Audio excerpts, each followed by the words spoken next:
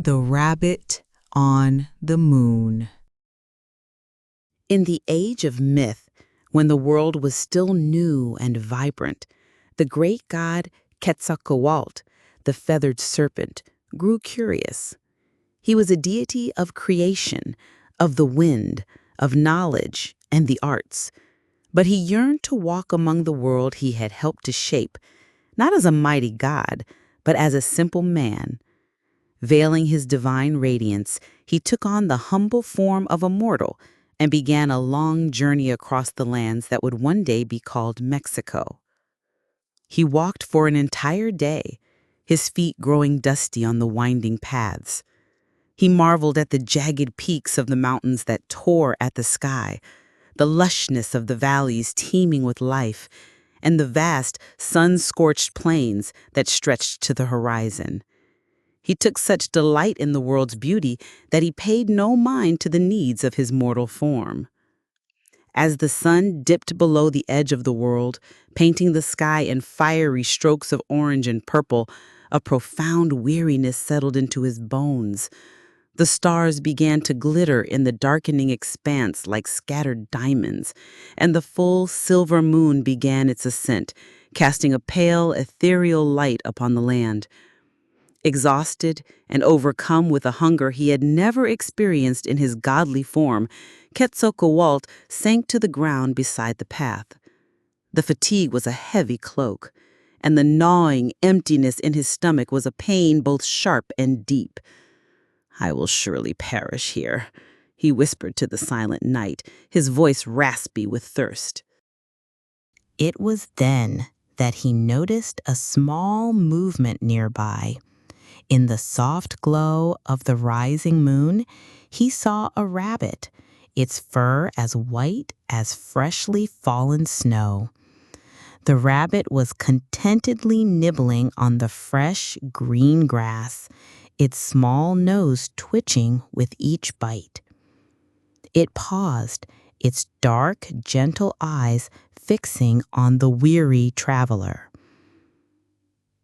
"What is it you are eating?"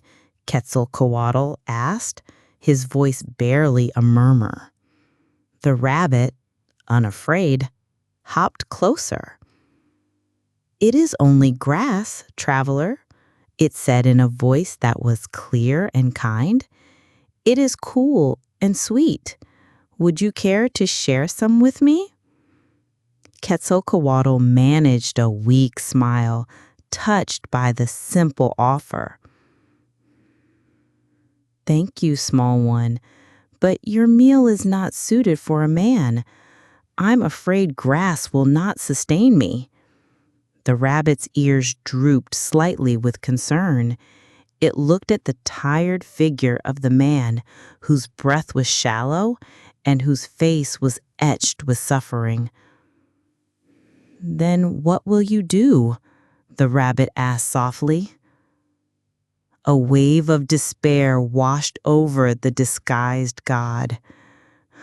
"I suppose I will sit here until my strength fails me completely. I will die of this hunger and this thirst."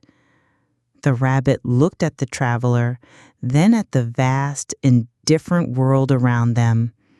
It was a small creature, of little importance in the grand scheme of things. Its life was a simple cycle of eating, sleeping, and staying alert for predators. Yet, in the presence of this suffering stranger, it felt a powerful surge of compassion that overshadowed all else. After a moment of quiet contemplation, the rabbit spoke again, its voice steady and resolute. "You will not die," it said. "I am small and perhaps not much of a meal, but I am here. Eat me and let your journey continue." Quetzalcoatl stared at the little creature, stunned into silence. He had witnessed grand sacrifices in the heavens, cosmic battles and divine offerings, but he had never encountered such pure, selfless generosity from such a humble being. This tiny rabbit, with nothing else to give, was offering its own life to a stranger without hesitation or condition. Deeply moved, the god's heart swelled with a gratitude so immense it could no longer be contained within his mortal form. He stood, and as he did, the illusion of the weary traveler dissolved. He grew in stature, his form shimmering until he stood revealed in his true divine glory as the magnificent feathered serpent, his plumage glowing with the light of the dawn star and his eyes holding the wisdom of the ages. He gently lifted the trembling rabbit into his hands.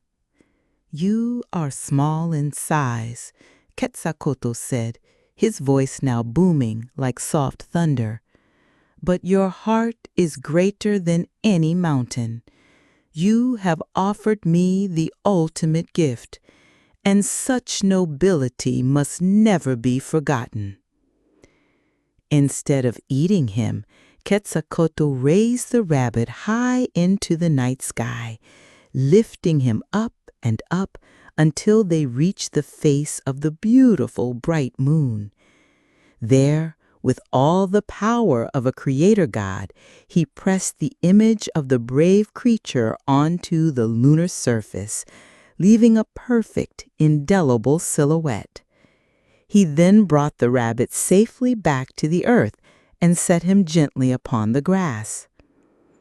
"Look," said Quetzalcoatl, his voice now soft with reverence, "your image is now imprinted on the moon for all time.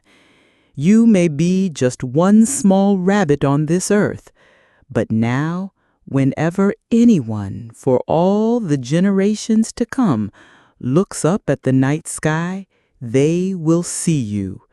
They will be reminded of your generosity and your selfless sacrifice. Everyone will always remember you." The rabbit looked up and saw its own likeness etched in the silvery light of the moon. A profound joy filled its tiny heart, and it felt a pride not born of ego, but of the knowledge that its act of kindness had been deemed worthy of eternity. It had offered its life, and in return had been given immortality in the memories of all who would ever gaze upon the moonlit sky.